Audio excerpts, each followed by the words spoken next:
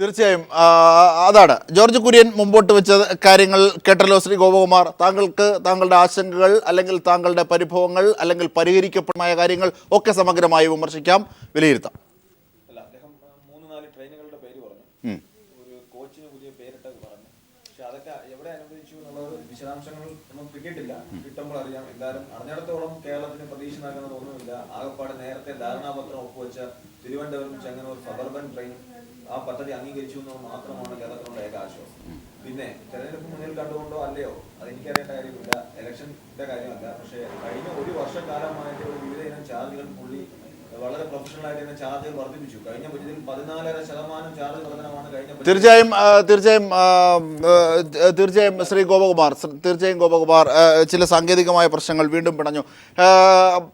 Shri George Kurian, ഇത്തരത്തിലാണ്, അതായത് ഗോപകുമാർ പറഞ്ഞത് വെച്ച് നോക്കുമ്പോൾ പണ്ട് ഇന്നസെന്റ് ഒരു സിനിമയിൽ പറഞ്ഞതാണ് ഓർമ്മ വരുന്നത്. കേട്ടിട്ടുണ്ട് ഇത്തരത്തിൽ ഒരുപാട് കാര്യങ്ങൾ പല പ്രഖ്യാപനങ്ങളായി എത്തിയിട്ടുണ്ട്. ആ പല്ലവി തന്നെയാണ് ഇവിടെയും പാലിക്കപ്പെട്ടത്, ആവർത്തിക്കപ്പെട്ടത് എന്നൊക്കെയാണ് ശ്രീ ഗോപകുമാറിനെ പോലെയുള്ള യാത്രക്കാരുടെ അസോസിയേഷൻ പ്രതികരിച്ചത് ഈ ഘട്ടത്തിൽ.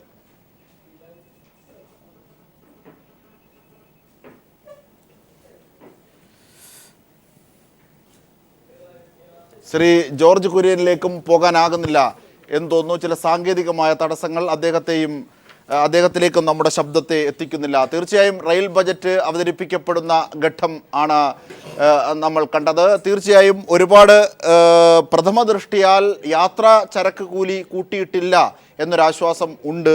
അപ്പോൾ തന്നെ മുമ്പോട്ട് വെക്കുന്ന പല ആശങ്കകളും സമാനമായും ഉണ്ട്.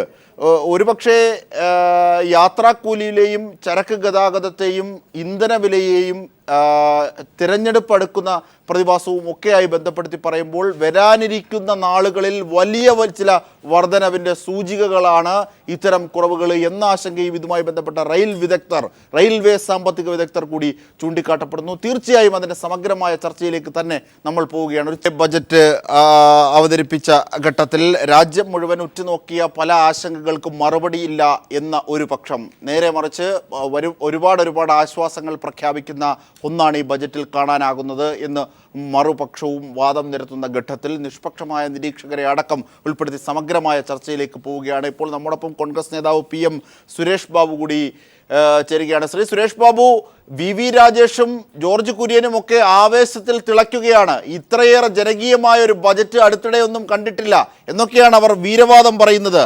എന്തൊക്കെയാണ് താങ്കൾക്ക് ഈ ബജറ്റിൽ കണ്ടെത്താനായ ആശങ്കകൾ, ഒപ്പം നല്ല കാര്യങ്ങൾ?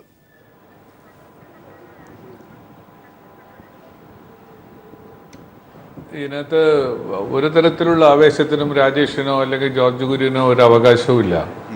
അവർ രാഷ്ട്രീയമായി ന്യായീകരിക്കാൻ ബാധ്യതപ്പെട്ട ഒരു വിഷയം എന്ന നിലയിൽ അത് നിർവഹിക്കുന്നു എന്ന് മാത്രം അതിനെ കണ്ടാൽ മതി എന്നാണ് എനിക്ക് പറയാനുള്ളത്. കാരണം നമ്മൾ നോക്കണം, ഇതിനകത്ത് സ്വാഭാവികമായും യാത്രാ കൂലി കുറവ് വരുത്തേണ്ടുന്ന ഒരു ബജറ്റാണിത്, അല്ലെങ്കിൽ അതാണ് അത് ഉണ്ടാകേണ്ടത്. കാരണം ഒരു കാരണവശാലും ഒരു ബാധ്യതയും റെയിൽവേക്ക് പുതുതായി വരുന്ന രൂപത്തിലുള്ള സാഹചര്യം ഇന്ത്യയുടെ സാമൂഹ്യ മണ്ഡലത്തിലോ സാമ്പത്തിക തലത്തിലോ ഇല്ല.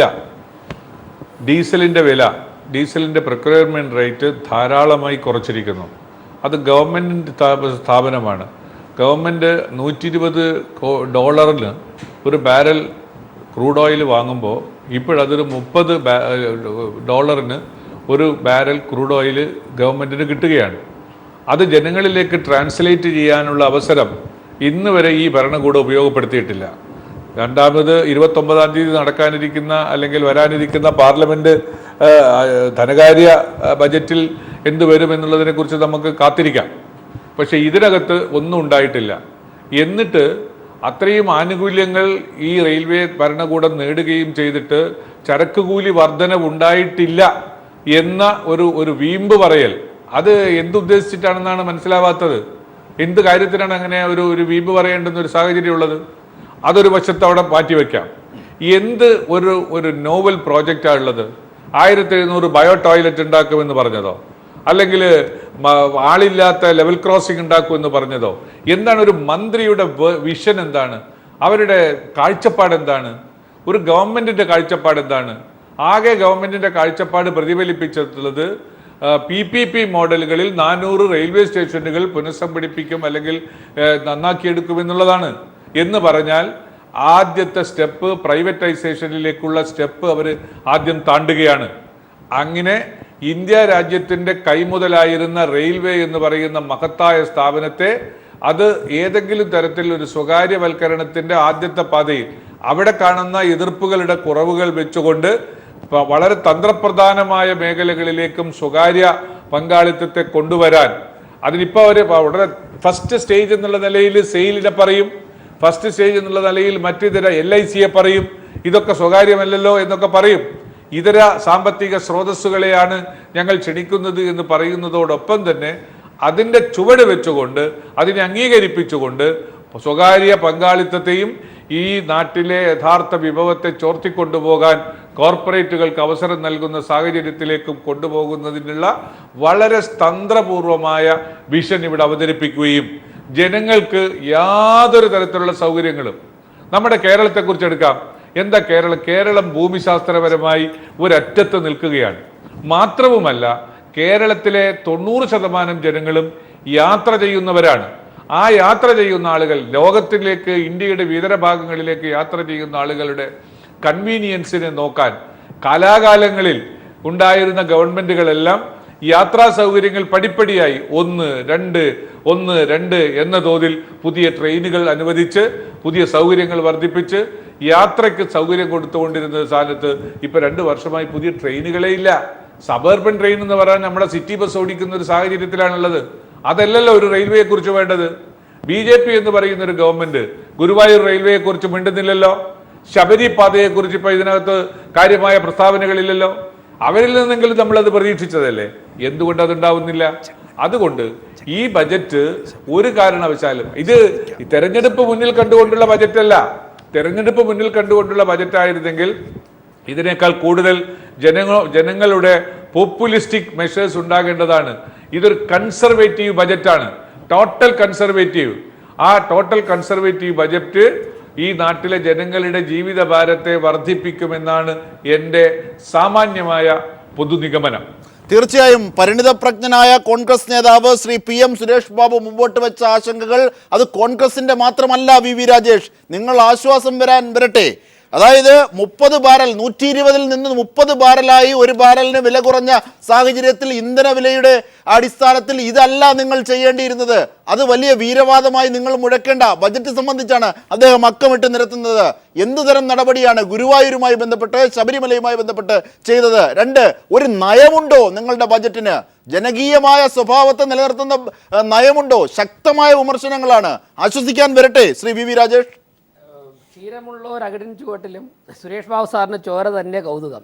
സാറിന് ഇത്രത്തോളം അസ്വസ്ഥമാവുന്നത് സുരേഷ് ബാബു സാർ ഇത്രത്തോളം അസ്വസ്ഥമാവുന്നത് ചരക്ക് കൂലിയും യാത്രാക്കൂലിയും വർദ്ധിപ്പിച്ചില്ല എന്നുള്ളത് കൊണ്ടാണ്. ചരക്കൂലിയും യാത്രാക്കൂലിയും വർദ്ധിപ്പിച്ചിരുന്നുവെങ്കിൽ സാറിൻ്റെ മുഖത്ത് ഈ അസ്വസ്ഥത മാറി ആഹ്ലാദം പടർന്നേനെ. എന്തായാലും ഞാൻ സാറിൻ്റെ രാഷ്ട്രീയത്തെ അംഗീകരിക്കുന്നു. ഇവിടെ സുരേഷ് ബാബു സാർ ഗവേഷണം നടത്തി കുറേ കാര്യങ്ങൾ കണ്ടെത്തി.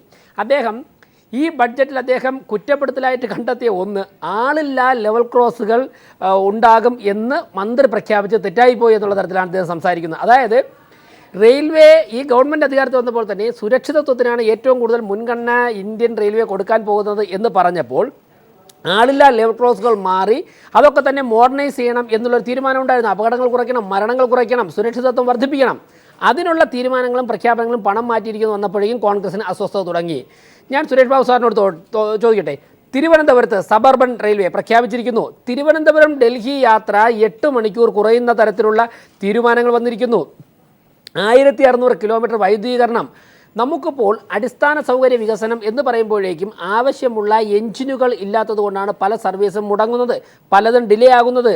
മേക്ക് ഇൻ ഇന്ത്യ പദ്ധതിയിൽപ്പെടുത്തി 40,000 കോടി രൂപ മുടക്കി ലോക്കോമോട്ടീവ് ഫാക്ടറീസ് 2 സ്ഥലത്ത് നിർമ്മിക്കാൻ വേണ്ടി തീരുമാനിച്ചിരിക്കുന്നു. 3 ചരക്ക് ഇടനാഴികൾ. വടക്കുകിഴക്കൻ സംസ്ഥാനങ്ങൾ ഇന്ത്യയുടെ ഭാഗമല്ല എന്ന് ചിന്തിച്ചുകൊണ്ട് ഇന്ത്യയിൽ നിന്നും വിഘടിച്ചു പോകുവാനുള്ള പ്രവർത്തനങ്ങൾ നടക്കുമ്പോഴേക്കും ആഭ്യന്തരമായ പ്രശ്നങ്ങൾ പരിഹരിക്കുന്നതിനോടൊപ്പം തന്നെ ഗതാഗത വാർത്താവിനിമയ സൗകര്യങ്ങൾ അവിടെ വർദ്ധിപ്പിക്കണം, ഇന്ത്യയുടെ ഭാഗമാക്കി അവരെയും നിർത്തണം. വടക്കുകിഴക്കൻ സംസ്ഥാനങ്ങളിലേക്ക് പാത 2017-2018 9 കോടി തൊഴിലവസരങ്ങൾ ഉണ്ടാവാനുള്ള പദ്ധതികൾ ആവിഷ്കരിച്ചിരിക്കുന്നു.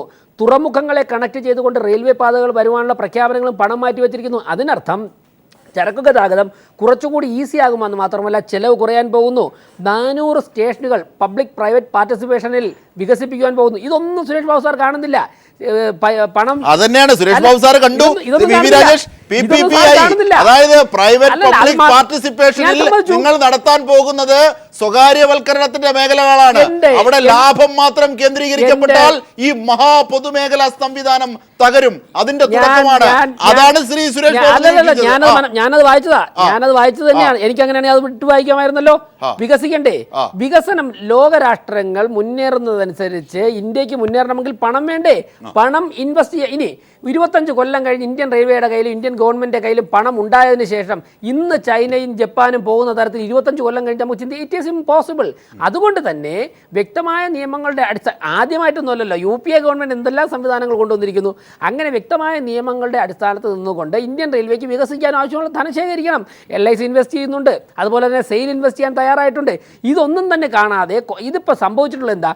കഴിഞ്ഞ ബഡ്ജറ്റിൽ തന്നെ ഇക്കാര്യങ്ങളൊക്കെ പ്രഖ്യാപിച്ച് നടപ്പിലാക്കാമായിരുന്നു. കോൺഗ്രസ് ഭരിച്ചിരുന്നപ്പോഴേക്കും 10 കൊല്ലം ഇന്ത്യൻ റെയിൽവേയെ ബീഹാറിൻ്റെയും പശ്ചിമ ബംഗാളിൻ്റെയും കുടുംബ സ്വത്താക്കി വയ്ക്കുകയും റെയിൽവേയെ തച്ചു തകർക്കുകയും ചെയ്തു. ഈ ഗവൺമെൻറ് അധികാരത്തിൽ വന്നപ്പോൾ 30 കോടി രൂപയായിരുന്നു ഒരു ദിവസത്തെ നഷ്ടം. ഒരു മാസം 1000 കോടി രൂപ നഷ്ടത്തിൽ റെയിൽവേ ഓടിക്കൊണ്ടിരുന്നത്.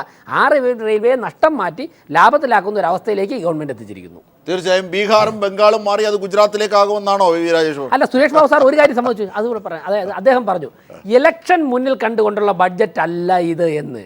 100% സാറിനെ ഞാൻ അംഗീകരിക്കുന്നു, സാറിനെ ഞാൻ അഭിനന്ദിക്കുന്നു. അങ്ങനെ സാർ ഞാൻ കേട്ടില്ല. അല്ലല്ലോ സാർ പറഞ്ഞു. പറഞ്ഞു അങ്ങനെ ആയിരുന്നെങ്കിൽ കുറെ കൂടെ അങ്ങനെ ആയിരുന്നെങ്കിൽ കുറെ കൂടെ പോപ്പുലിസ്റ്റിക് ആയിരുമായിരുന്നു പറഞ്ഞു. അർത്ഥത്തിൽ തീർച്ചയായും. ശ്രീ സുരേഷ് ബാബു സാർ, താങ്കളിലേക്ക് തന്നെ എത്താം. പോളിസിയുമായി ബന്ധപ്പെട്ട് ഇത്തരത്തിൽ വിഭവ സമാഹരണത്തിന് വിദേശ നിക്ഷേപം അടക്കം സ്വീകരിക്കുന്ന ഒരു മാർഗം നാട് അംഗീകരിച്ചതാണ്, BJP അംഗീകരിച്ചതാണ്. അത് നിങ്ങളും തുടരുന്നതാണ്.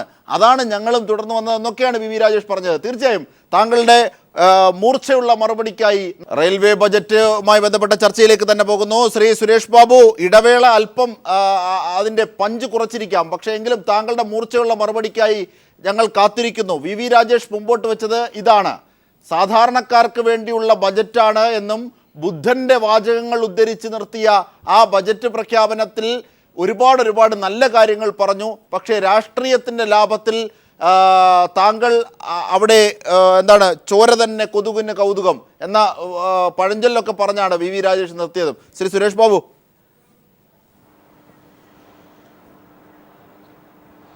ഞാൻ ശ്രീ രാജേഷിൻ്റെ പരാമർശങ്ങളോട് മറ്റൊരു തരത്തിലൊന്നും പ്രതികരിക്കാൻ ആഗ്രഹിക്കുന്നില്ല. ഇവിടെ ചർച്ച നമ്മുടെ ഈ ബജറ്റ്, ഇവിടെ അവതരിപ്പിച്ചിട്ടുള്ള ബജറ്റ്, അത് കേരളീയ പൊതുസമൂഹത്തിന് എന്തൊക്കെ ഗുണങ്ങൾ ഉണ്ടാകുന്നു, ഭാരതത്തിൻ്റെ ഒരു വലിയ യാത്രാ സംവിധാനം, പൊതുയാത്രാ സംവിധാനം, പബ്ലിക് ട്രാൻസ്പോർട്ട് സിസ്റ്റത്തിന് ഏത് തരത്തിലാണ് ദിശാബോധം നൽകുന്നത് എന്നതാണല്ലോ നമ്മൾ ഗൗരവത്തിലെടുക്കേണ്ടുന്നൊരു വിഷയം. ഇതിനകത്ത് ഇത് രണ്ടും വളരെയധികം അവഗണിക്കപ്പെട്ടിരിക്കുന്നു എന്നുള്ളതാണ് പ്രധാനപ്പെട്ട ഒരു കാര്യം. അതൊരു അടിസ്ഥാനപരമായ പ്രശ്നമാണ്. രാജേഷും ഞാനും തമ്മിൽ തർക്കിക്കേണ്ടതൊരു വിഷയമല്ല. കേരളം നമ്മുടെ ഒരു ഭൂമിശാസ്ത്രപരമായി വളരെ ഒരു അറ്റത്ത് നിൽക്കുന്നു. ആ അറ്റത്ത് നിൽക്കുന്ന സ്വയത്തിൽ ഞങ്ങളുടെ ഗവൺമെൻറ്, UPA ഗവൺമെൻറ് ഉണ്ടായിരുന്ന കാലഘട്ടം, ഇടതുപക്ഷത്തിൻ്റെ സഹായത്തോടു കൂടി ഭരണം ചെയ്യുന്ന കാലഘട്ടത്തിലെല്ലാം 1 or 2 പുതിയ തീവണ്ടികൾ കേരളത്തിൻ്റെ ഒരറ്റത്ത് നിന്ന് ഉത്തരേന്ത്യൻ സംസ്ഥാനങ്ങളിലേക്ക്, ഇന്ത്യയുടെ തലസ്ഥാനങ്ങളിലേക്ക് കൊടുത്തുകൊണ്ടിങ്ങനെ കല്ലാകല്ലങ്ങളിൽ യാത്രാ സൗകര്യങ്ങൾ വർദ്ധിപ്പിച്ചിരുന്നു. ഈ കഴിഞ്ഞ 2 വർഷമായിട്ട് അത്തരമില്ല. കേരളീയർ ഈ മറ്റ് പലയിടങ്ങളിലും പോയി ജോലി ചെയ്ത് ജീവിക്കുന്നവരാണ്, കുടുംബവുമായി അപ്പുറത്ത് കഴിയുന്നവരാണ്. അവരുടെ സൗകര്യങ്ങളില്ല. പോട്ടെ, ഞാനത് ഏതെങ്കിലും തരത്തിലെ ട്രാക്ക് സെൻസിറ്റീവ്നെസ് കൊണ്ടോ അല്ലെങ്കിൽ ട്രാസ്റ്റിൻ്റെ സാച്ചുറേഷൻ കൊണ്ടോ ആണെങ്കിൽ ഒരു 3rd ട്രാക്ക് നമുക്ക് വേണമെന്നുള്ള കാര്യം നമ്മൾ കൂടുതലായി വന്നിട്ടുള്ളതാണല്ലോ. ഒരു 3rd ട്രാക്ക്, ഹൈസ്പീഡ് ട്രാക്ക് അല്ലെങ്കിലും ഒരു 3rd ട്രാക്ക്, ഡബിളിങ്ങിൻ്റെ പുറത്തൊരു 3rd ട്രാക്ക് വേണമെന്ന് കഴിഞ്ഞ 4-5 വർഷമായി കേരളം പൊതുസമൂഹത്തിൽ ചർച്ച ചെയ്തുകൊണ്ടിരിക്കുകയാണ്. നമ്മുടെ സോണിന് വേണ്ടിയുള്ള ഒരു യാത്ര, സോണിന് വേണ്ടിയുള്ള അപേക്ഷ, അത് ചർച്ച ചെയ്തുകൊണ്ടിരിക്കുകയാണ്. ഇതൊക്കെ ഒരു ഗോപയ്യാണ്. ഇതിനൊന്നും പരിഗണിച്ചിട്ടില്ല. നമ്മളിതിനകത്ത് ഞാൻ ഈ പറയുന്ന വിഷയം എന്താ? ഇതൊക്കെ അനിവാര്യമായ സാഹചര്യങ്ങളാണ്. അനിവാര്യമായ സാഹചര്യം 1000 ടോയ്ലറ്റ് ഉണ്ടാക്കി, അല്ലെങ്കിൽ അൺമാൻഡ് ആയിട്ടുള്ള റെയിൽവേ ഗേറ്റ് ഉണ്ടാക്കി. ഇതൊക്കെ ഒരു സാഹചര്യങ്ങളുടെ സമ്മർദ്ദങ്ങളിൽ ഉണ്ടാവേണ്ടുന്ന കാര്യങ്ങൾ ഒരു മന്ത്രി പാർലമെന്റിൽ പറയേണ്ടതല്ല എന്നാണ് ഞാൻ പറഞ്ഞതിൻ്റെ അർത്ഥം. അതൊക്കെ അനിവാര്യതയാണ്. നേരെ മറിച്ച് ഓട്ടോമാറ്റിക് സിഗ്നലിംഗ് സിസ്റ്റം കേരളത്തിലെ പ്രധാനപ്പെട്ട സ്റ്റേഷനുകളിലെങ്കിലും ഉണ്ടായോ? തിരുവനന്തപുരം പോലെയുള്ള എല്ലാ സ്ഥലങ്ങളിലും നമ്മുടെ കേരളത്തിലെ മുഴുവൻ ഓട്ടോമാറ്റിക് സിഗ്നലിംഗ് സിസ്റ്റം, യാത്രാ വേഗത വർദ്ധിപ്പിക്കുന്നതിനാവശ്യമായ ഏറ്റവും അടിസ്ഥാനപരമായ നടപടിയാണത്. അത്തരം കാര്യങ്ങളിലേക്ക് ഊന്നൽ ഉണ്ടായോ? അതില്ല. ഉണ്ടായോ ഇല്ലയോ എന്നുള്ളത് നമുക്ക് അതിന്റെ ബഡ്ജറ്റ് പേപ്പർ വന്നാൽ ചിലപ്പോൾ മനസ്സിലാകും. ഉണ്ടോ ഇല്ലയോ എന്നുള്ളത് നമുക്ക് അവിടെ ഉണ്ടെങ്കിൽ ഞാൻ അത്തരം കാര്യങ്ങൾക്കൊപ്പം സബർബൻ അടക്കമുള്ള വികസനങ്ങളിൽ സംസ്ഥാനങ്ങൾ പാലിക്കേണ്ടത്, പ്രത്യേകിച്ച് തിരുവനന്തപുരം എന്ന പേരെടുത്തു പറഞ്ഞ് കേരള സർക്കാരിനെ അദ്ദേഹം ഉദ്ബുദ്ധമാക്കുകയും ചെയ്തു. അതായത് ഇത്തരത്തിൽ റെയിൽവേക്കുള്ള സജ്ജീകരണങ്ങൾ ഒരുക്കുന്നതിനുള്ള സഹായം സർക്കാരിൽ നിന്ന് ലഭിക്കണം എന്നതൊക്കെയും അദ്ദേഹം ബജറ്റ് പ്രസംഗത്തിന്റെ ആ ചുരുങ്ങിയ വേളയിൽ പറയുകയും ചെയ്തു. ശ്രീ സുരേഷ് ബാബു. അല്ല, അത് ആ കാര്യത്തിനോടൊക്കെ ഞാൻ യോജിപ്പാണ്. സംസ്ഥാന ഭരണകൂടങ്ങൾ കയ്യും കെട്ടി നിന്ന് എല്ലാം കേന്ദ്രത്തിലെ റെയിൽവേ മന്ത്രി ചെയ്തു തരുമെന്ന് പറയുന്നതിനോടൊന്നും ഒരു അർത്ഥമില്ല. അതിൻ്റെ പാർശ്വ ആവശ്യങ്ങളൊക്കെ കരുതി കൊടുക്കാൻ സംസ്ഥാന സർക്കാരുകൾ തയ്യാറാകണം. ഏതെങ്കിലും സംസ്ഥാന സർക്കാർ, നമ്മുടെ കേരളത്തിൻ്റെതാണെങ്കിൽ കേരളത്തിൻ്റെത്, മറ്റിതര സംസ്ഥാനങ്ങളാണെങ്കിൽ അവർ എവിടെയെങ്കിലും ഏതെങ്കിലും തരത്തിലുള്ള കുറവുകളോ വീഴ്ചകളോ ഉണ്ടെങ്കിൽ അത് പരിഹരിക്കണം. എല്ലാ സൗകര്യങ്ങളും ഒരുക്കി കൊടുക്കേണ്ടതാണ് കേന്ദ്ര ഗവൺമെൻറ്. ഇപ്പോൾ പുതിയൊരു തന്നെയുണ്ട്. സംസ്ഥാന ഗവൺമെൻറ്റും കേന്ദ്രവും തമ്മിലൊരു കരാർ ഏർപ്പെട്ടുകൊണ്ടുള്ള നടപടികളിലേക്ക് പോകുന്ന ഏർപ്പാടുകളൊക്കെ ഉണ്ട്. അതിലൊക്കെ മുന്നോട്ട് പോകണം. വീഴ്ചകൾ കേരള ഗവൺമെൻറ്റിൻ്റെ ഭാഗത്തു നിന്നുണ്ടെങ്കിൽ അത് പരിഹരിക്കാൻ ഭരണതലത്തിൽ സമ്മർദ്ദം ചെലുത്തുന്നതിന്റെ മുൻപന്തിയിൽ ശ്രീ രാജേഷിനോടൊപ്പം ഇവിടുത്തെ പൊതുസമൂഹത്തിനോടൊപ്പം നിൽക്കാൻ ഞാനും തയ്യാറാണ്. തീർച്ചയായും രാജേഷ്, അതായത് 17,000 ബയോ ടോയ്ലറ്റുകൾ സ്ഥാപിക്കുന്നതൊന്നുമല്ല, ഒരു നയമുണ്ട് റെയിൽവേയുമായി ബന്ധപ്പെട്ട്. ജനകീയ സ്വഭാവം മുമ്പോട്ട് വെക്കുന്ന റെയിൽവേയുടെ വികസനവും അത് ജനങ്ങളിലേക്ക് എത്തുന്നതുമായി ബന്ധപ്പെട്ട ഒരു നയമുണ്ട്. ആ നയത്തിൻ്റെ അഭാവമാണ്, അത് രാഷ്ട്രീയ ഇച്ഛാശക്തിയുമായി ബന്ധപ്പെട്ട് കിടക്കുന്നു എന്ന സുന്ദരമായ വിമർശനം ശ്രീ സുരേഷ് ബാബുവിൻ്റെ വാക്കുകളിലുണ്ട്. തീർച്ചയായും പാസഞ്ചേഴ്സ് അസോസിയേഷൻ, വി രാജേഷ് താങ്കളിലേക്ക് എത്താം, മറുപടിക്കായി താങ്കൾ ഒരുങ്ങൂ. സുശോഭനൻ, പാസഞ്ചേഴ്സ് അസോസിയേഷൻ നേതാവ് കൂടിയായ, ക്ഷമിക്കണം, റെയിൽവേ ട്രേഡ് യൂണിയൻ നേതാവ് ശ്രീ സുശോഭനൻ, തെറ്റിപ്പോയി, സോറി, കൂടി നമ്മോടൊപ്പം ചേരുകയാണ്. ശ്രീ സുശോഭനൻ, അതായത് ട്രാക്കുകളുമായി ബന്ധപ്പെട്ട പരിമിതി, സ്ഥലമില്ലാത്തതിൻ്റെ പരിമിതി, കേരളം പോലെ ഒരു ചെറിയ സ്ഥലം, ഇന്ത്യയുമായി കമ്പയർ ചെയ്ത് നോക്കുമ്പോൾ കേരളം പോലെ ഒരു ചെറിയ സംസ്ഥാനത്തിൽ മറ്റ് സംസ്ഥാനങ്ങളുമായി കമ്പയർ ചെയ്ത് നോക്കുമ്പോൾ വളരെ ചെറിയ സ്ഥലം, ഇവിടെ ഉള്ള ഒരുപാട് പരിമിതി, നിരവധി സിഗ്നൽ തകരാറുമായി ബന്ധപ്പെട്ട് തൊട്ടടുത്ത ദിവസങ്ങളിൽ തന്നെ വാർത്തയായതാണ്, നിരവധി ട്രെയിനുകൾ നിർത്തിയിട്ടിരിക്കുന്നു. ഇത്തരത്തിലുള്ള സംവിധാനങ്ങളുടെ അപര്യാപ്തതയ്ക്ക് നടുവിലൂടെ ഏതെങ്കിലും ആശ്വാസം ഈ ബജറ്റിൽ കാണാനാകുമോ? ആദ്യമേ തന്നെ ബഹുമാന്യനായ ശ്രീ PM സുരേഷ് ബാബുവിനോട് നന്ദി അറിയിച്ചുകൊള്ളുന്നു. ഞങ്ങൾ ദീർഘകാലമായി ഈ PPP എന്ന് പറയുന്ന സാധനം അതൊരു പ്രൈവറ്റൈസേഷൻ മാത്രമാണ് എന്ന് റെയിൽവേ മേഖലയിലും അല്ലാതെയും ട്രേഡ് യൂണിയനുകളെല്ലാം ഉന്നയിച്ചപ്പോഴും അത് അംഗീകരിക്കാതിരുന്ന ഒരു കോൺഗ്രസ് നേതാവ്, കോൺഗ്രസ്സുകാരാണ് ആദ്യമായിട്ട് റെയിൽവേയിൽ PPP കൊണ്ടുവന്നത്, ഒരു കോൺഗ്രസ് നേതാവ് ഇപ്പോൾ PPP സ്വകാര്യവൽക്കരണമാണെന്ന് അംഗീകരിച്ചതിൽ ആദ്യമേ തന്നെ അദ്ദേഹത്തോട് നന്ദി പറയുന്നു, അദ്ദേഹത്തിൻ്റെ ആർജവത്തോട്. രണ്ട്, ശ്രീ VV രാജേഷ് സൂചിപ്പിക്കുകയുണ്ടായി, റെയിൽവേ നഷ്ടത്തിലാണ് ഓടുന്നത്, ഇപ്പോൾ 1000 കോടി രൂപ ലാഭം നഷ്ടം. അത് അങ്ങേയറ്റം അബദ്ധമാണ്. റെയിൽവേ എല്ലാ കാലത്തും ലാഭത്തിലേ പ്രവർത്തിച്ചിട്ടുള്ളൂ. 2015-16 വർഷത്തിൽ പോലും റെയിൽവേ 3000 കോടി രൂപ ലാഭത്തിലാണ്. എല്ലാ വർഷവും 3000 കോടി, ഏറ്റവും കുറഞ്ഞ ലാഭമാണ് 3000 കോടി. എല്ലാ കാലത്തും 3000 കോടിയോ അതിലധികമോ ലാഭത്തിൽ മാത്രമേ റെയിൽവേ പ്രവർത്തിച്ചിട്ടുള്ളൂ. എല്ലാ ഇവർ പറയുന്ന വിഭാഗ പ്രശ്നങ്ങളെല്ലാം ഉണ്ടെങ്കിൽ പോലും റെയിൽവേ ലാഭത്തിലാണ് പ്രവർത്തിച്ചിട്ടുണ്ടായിരുന്നുള്ളത്. ഇപ്പോൾ ഇദ്ദേഹം സൂചിപ്പിച്ചത് റെയിൽവേയിലുള്ള ഈ നിലവിലുള്ള സാങ്കേതിക ഏർപ്പാടുകൾ, ഇൻഫ്രാസ്ട്രക്ചർ ഈ മോഡേണൈസ് ചെയ്യുന്നതിൻ്റെ ആവശ്യം തീർച്ചയായിട്ടും അത് അത്യാവശ്യമാണ്. അത് സംബന്ധിച്ചുള്ള ഒരു ചർച്ചയാണ് ഇപ്പോൾ നമ്മുടെ സബർബനുമായിട്ട് ബന്ധപ്പെട്ട് നടക്കുന്നത്. ചെങ്ങന്നൂർ മുതൽ തിരുവനന്തപുരം വരെയുള്ള മേഖല, റെയിൽവേ മേഖല ആകെ തന്നെ അതിൻ്റെ സിഗ്നലിംഗ് സംവിധാനം ആകെ പരിഷ്കരിച്ച് അത് ഓട്ടോമാറ്റിക് സിഗ്നലിംഗ് സംവിധാനം, അതായത് സുരേഷ് ബാബു എന്താണ് ഉദ്ദേശിച്ചതെന്ന് അറിയില്ല, ഓട്ടോമാറ്റിക് സിഗ്നലിംഗ് സംവിധാനം, അതായത് ഒരു സ്റ്റേഷനിനുള്ളിൽ തന്നെ 2 സ്റ്റേഷനുകൾക്കുള്ളിൽ തന്നെ ഇപ്പോൾ നമുക്ക് ഒരു ട്രെയിനെ നിർത്താൻ പറ്റുള്ളൂ. ഇപ്പോൾ കഴക്കൂട്ടത്തിനും മുരുക്കുംപുഴയ്ക്കോടേക്ക് നമുക്ക് ഒരു ട്രെയിനെ നിർത്താൻ പറ്റുള്ളൂ. ആ മേഖലകളിലെല്ലാം വിവിധ സിഗ്നലിംഗ് സെക്ഷനുകളായിട്ട് തിരിച്ചുകൊണ്ട് ഓട്ടോമാറ്റിക് സിഗ്നൽ വരികയാണെങ്കിൽ 4 or 5 ട്രെയിനുകൾ ഡീൽ ചെയ്യാൻ കഴിയും. അപ്പോൾ നമ്മുടെ ലൈനിൻ്റെ കപ്പാസിറ്റി വർദ്ധിപ്പിച്ചുകൊണ്ട് കൂടുതൽ ട്രെയിനുകൾ ഓടിക്കാൻ കഴിയും. അത് ഒരു ചികിത്സ മാത്രമാണ്. പക്ഷെ നമ്മുടെ തീർച്ചയായും ഓട്ടോമാറ്റിക് ഈ സിഗ്നൽ സംവിധാനവുമായി ബന്ധപ്പെട്ട് ഒരു വർഷം മുമ്പ് ഏതാണ്ട് പീപ്പിൾ TV ഒരു വാർത്ത തന്നെ ഇതുമായി ബന്ധപ്പെട്ട് അരമണിക്കൂർ ചർച്ചയിൽ കൈകാര്യം ചെയ്തത് കൂടിയാണ്. തീർച്ചയായും സമഗ്രമായ ചർച്ചകൾക്കൊക്കെ വഴിവെച്ച് റെയിൽവേ ബജറ്റുമായി ബന്ധപ്പെട്ട ആശങ്കകളും അനുഭാവങ്ങളും നിറച്ച ഇരുപക്ഷങ്ങളും നിലനിൽക്കുമ്പോൾ നിഷ്പക്ഷമായ നിരീക്ഷണവുമായി നിരവധി പേരും നമ്മോടൊപ്പമുണ്ട്. തീർച്ചയായും വിശദാംശങ്ങളുമായി ചർച്ചകളും ഒക്കെയായി പ്രജീഷ് കൈപ്പള്ളി തൊട്ടടുത്ത നിമിഷങ്ങളിൽ ചേരും.